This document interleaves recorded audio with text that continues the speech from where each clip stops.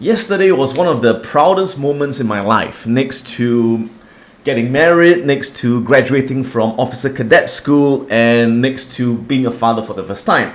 Because yesterday, as I announced on social media, my elder daughter, she bought her very first share of stock.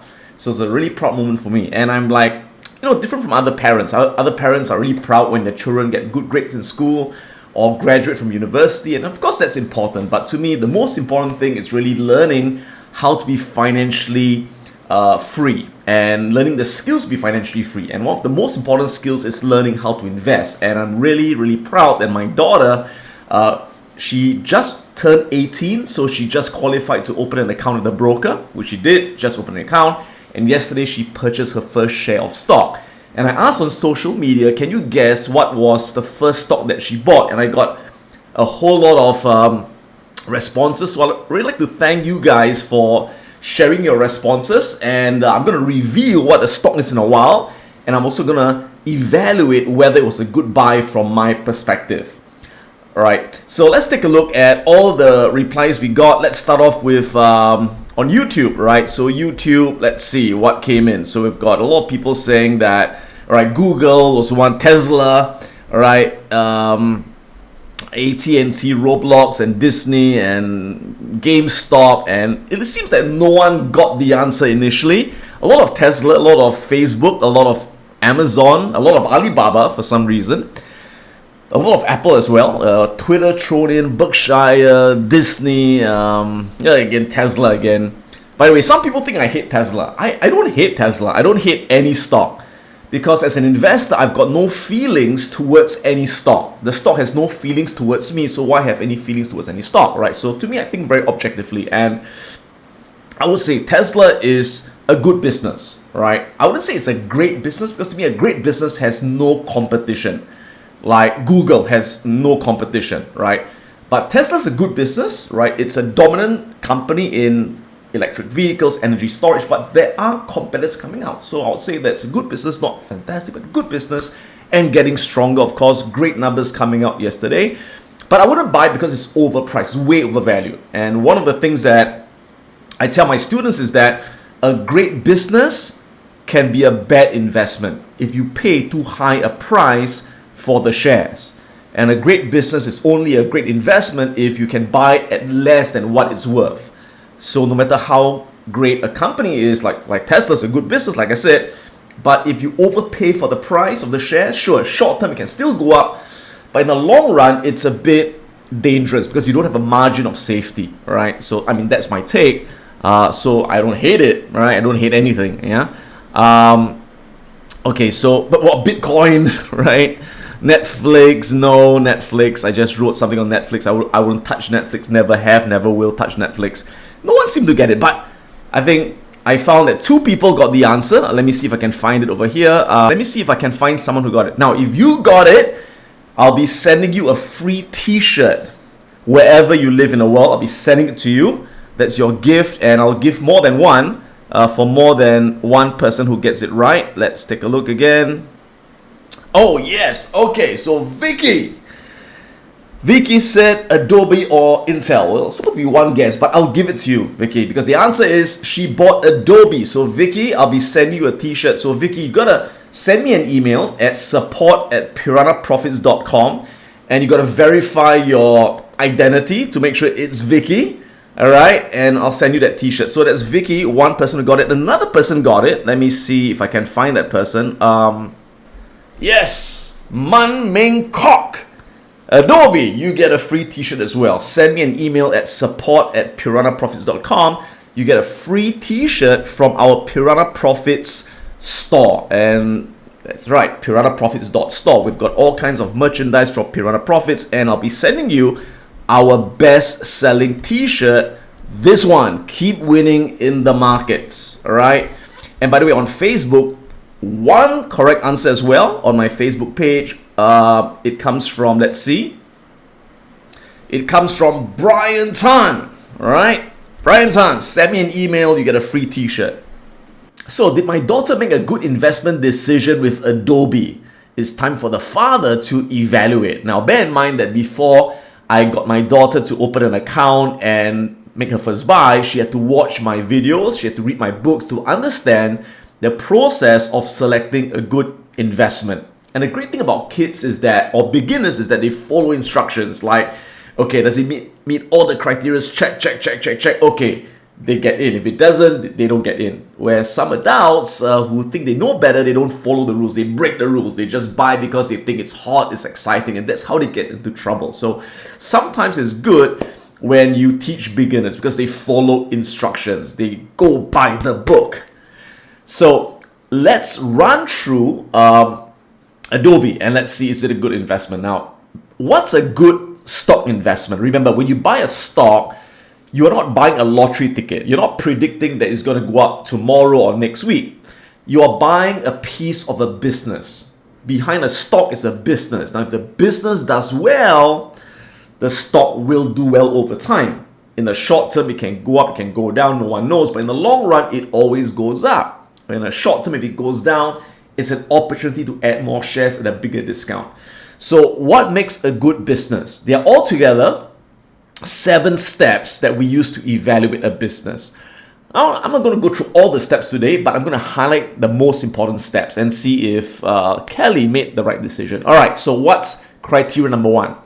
Number 1 criteria is we only want to buy businesses that have a history of consistently increasing sales revenue, net income, and cash flows from operations for at least 5 years. So let's see if it passes that first criteria. So this is Adobe over here, and I'm using Guru Focus. I think they've got really good visual charts. So first, let's take a look at the revenue. Has revenue been growing consistently over the years? Is there an uptrend in revenue? Yep, revenue is growing, and it grows even during the pandemic, even during the recession. So I love these kind of businesses because it shows that they are pandemic proof, they are recession proof, they are resilient. All right. Now, more importantly, hey, revenue is growing, but is it making money? It's got to be making money, right? Net profit should be going up. So we've got net income also increasing for at least 5 years. Doesn't have to go up every year as long as you see an uptrend in that net income. Now, even more important than net income, we want to see cash from operations and free cash flow increasing for at least 5 years.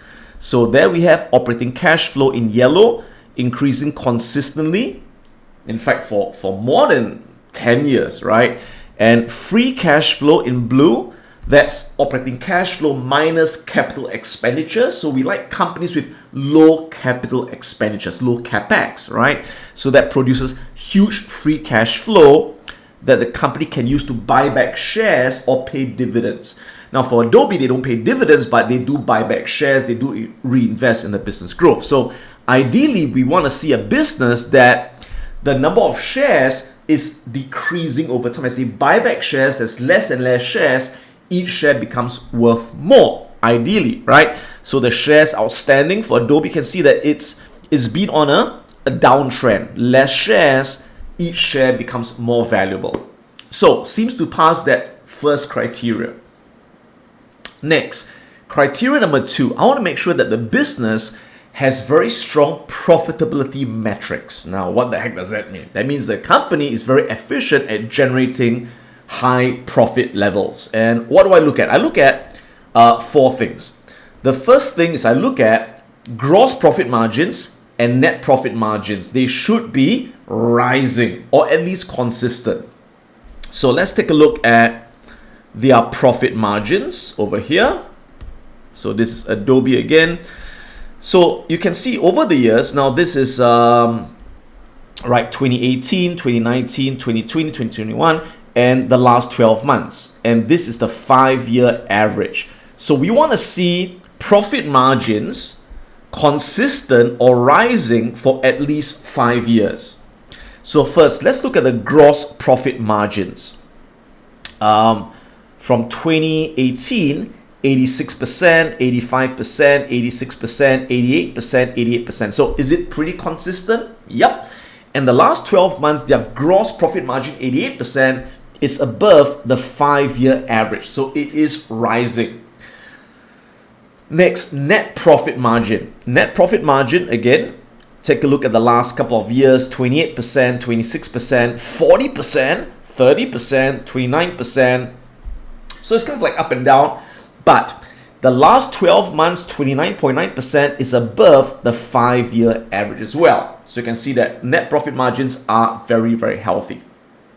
Next, one of the most important things when you buy a business is to ensure that it's got high return on equity.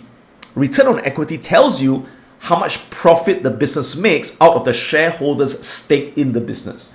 So ideally, we want to have return on equity more than 12 to 15%.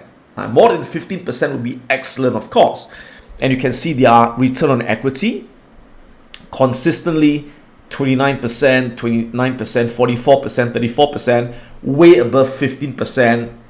Last 12 months, way above the 5-year average. So it's extremely good and making money from the shareholders' stake in the business.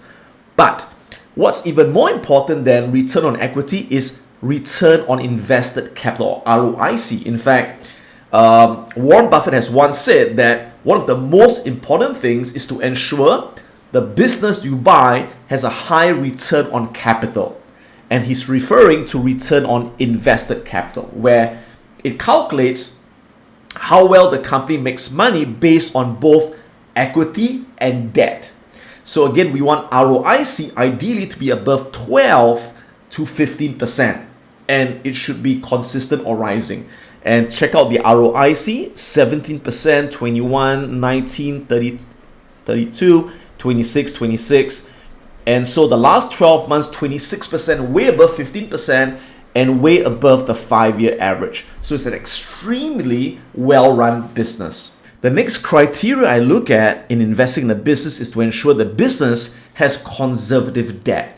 You see, there are some companies that can make a lot of money, but to make a lot of money, they take a lot of debt, and that becomes very dangerous because if interest rates rise too much, they have to pay more and more interest on the debt, and that reduces their profitability. Or if they're not able to refinance the debt, they could go bust. So we want companies with little or no debt, ideally. So what we look at a few ratios.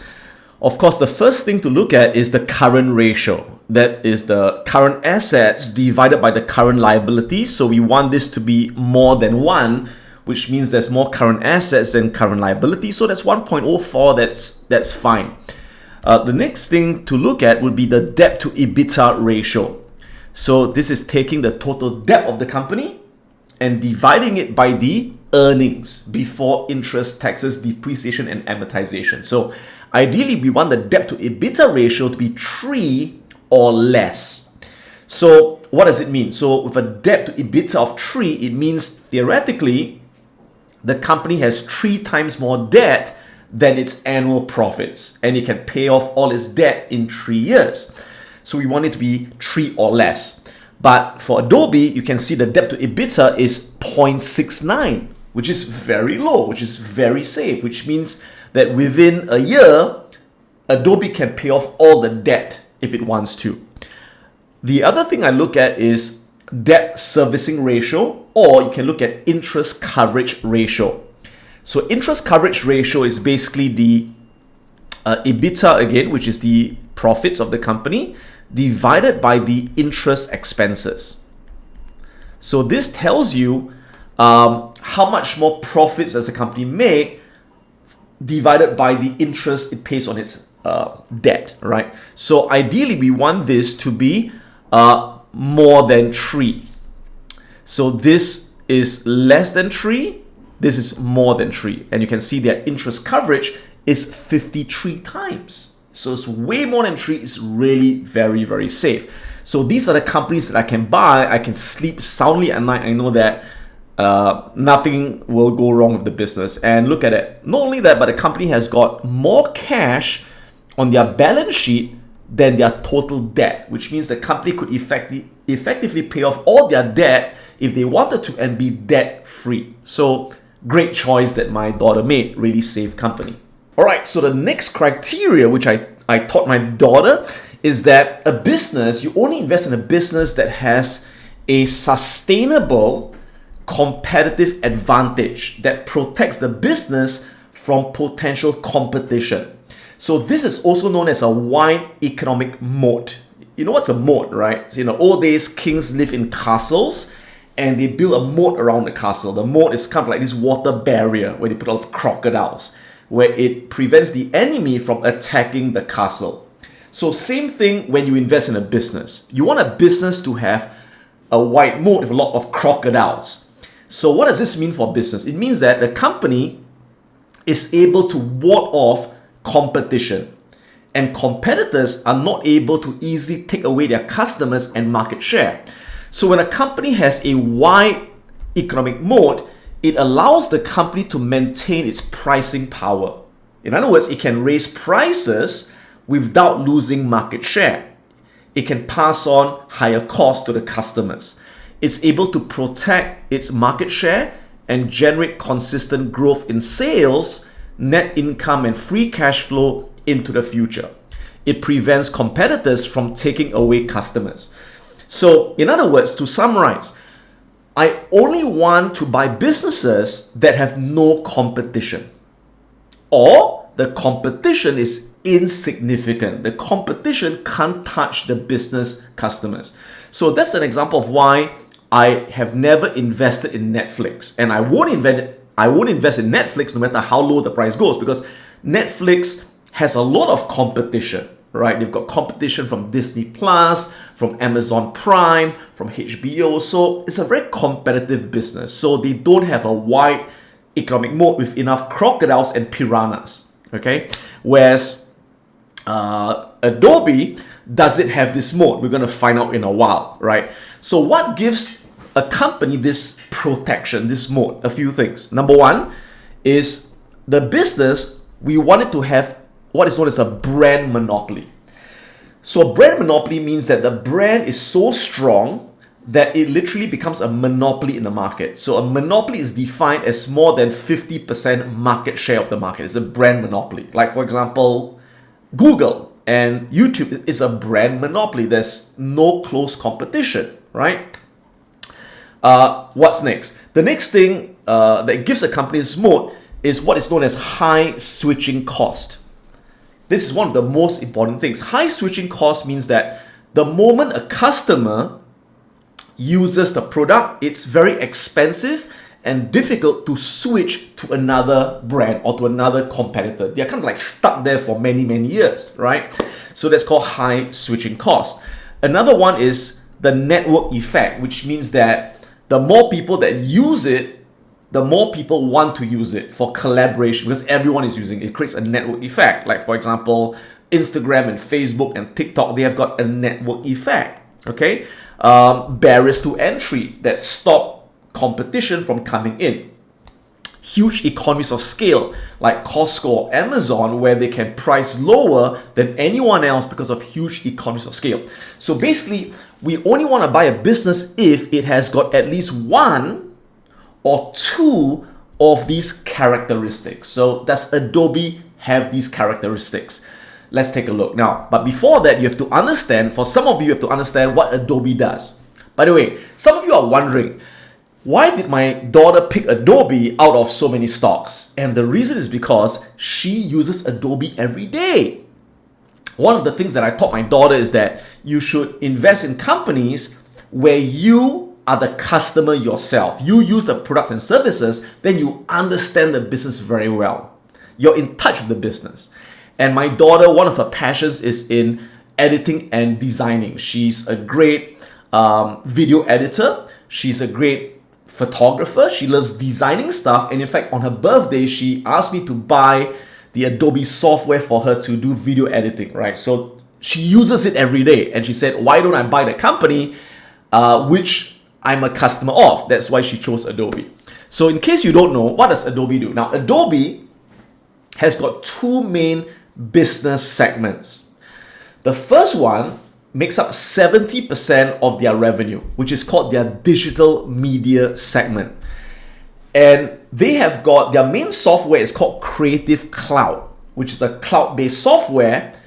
And who uses it? Well, it's used by designers, like my daughter, social media users, students, photographers, videographers, creative professionals, and publishers, where they can download and access the latest creation tools. And fun fact, 90% of global creative professionals use at least one of Adobe's products. 90% market share.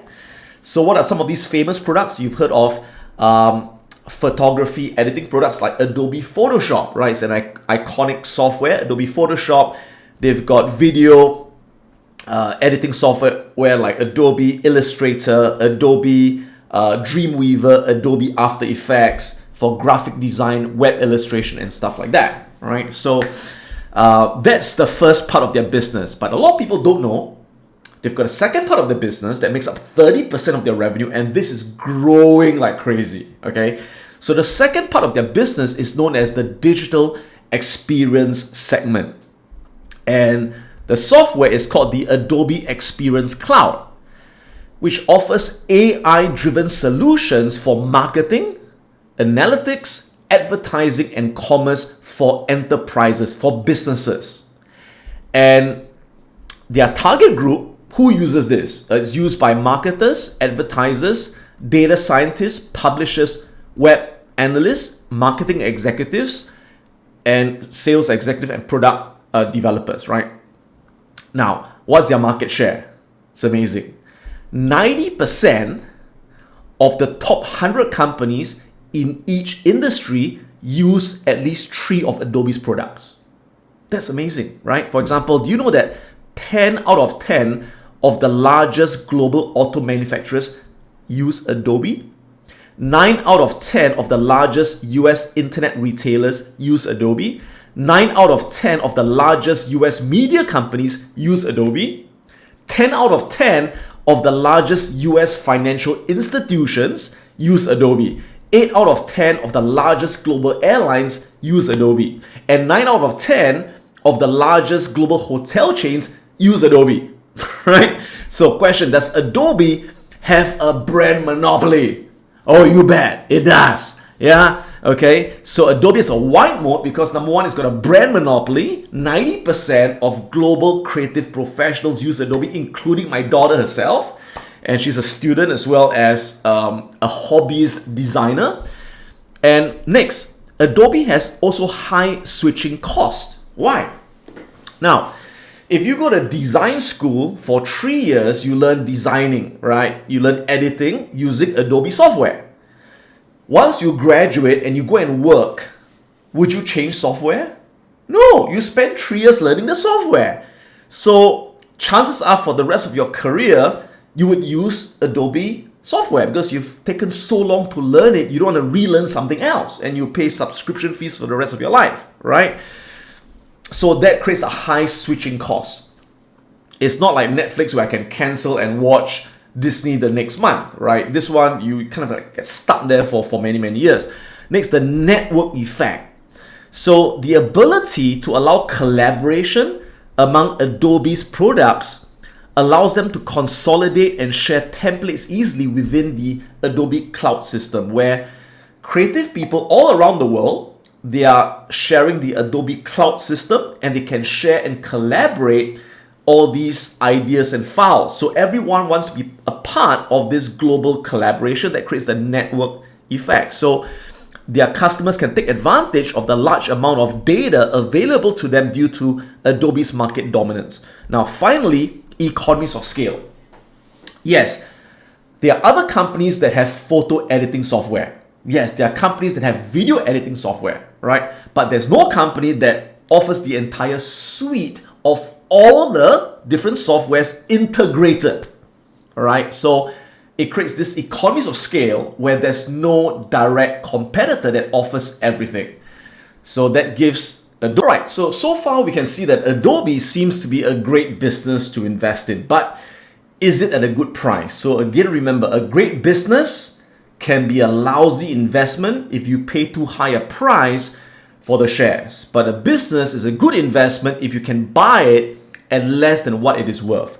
So what are the shares really worth? What is the business really worth? So this is where we'll jump into the intrinsic value calculator. And this is where she needed a bit of help from me to do a valuation. And this is something that we teach, of course, in our value momentum investing course, where you get these calculators, you learn to calculate it yourself. And of course, in my Ultimate Investors Playbook UIP subscription, I do all the valuation for you. I do all the work for you. So let's take a quick look. So first, understand that a business is a money-making machine. So what is the machine worth? It is worth all the cash it can generate over the business lifetime. Now, most analysts, when they calculate the value of a business, they will project the future cash flow and discount it to present value, and they will assume that the business lasts forever, and hence they use a terminal value. But for me, I'm pretty conservative. I assume that the company will only last for 20 years. So that's why I use a 20-year calculator to kind of like guess how much cash the company would generate for 20 years, and that's how I value the business. So anything beyond 20 years is a bonus, right? So I'm just being really conservative in my valuation. All right, so for Adobe, you can see I've put in some numbers over here. The operating cash flow is about $7 billion in the last 12 months. The capital expenditure is very insignificant because of the kind of business it is in. Total debt, $3.6 billion, $4.7 billion in cash. Projected growth rate for the next 5 years will be 16.89%. We can get this from a variety of websites that have growth projections. And we assume that lasts for 5 years, and then it would go down to 15% in year 6 and year 10. And thereafter, the last 10 years, only growing at 4%, which is roughly the GDP growth rate of the US plus 1%.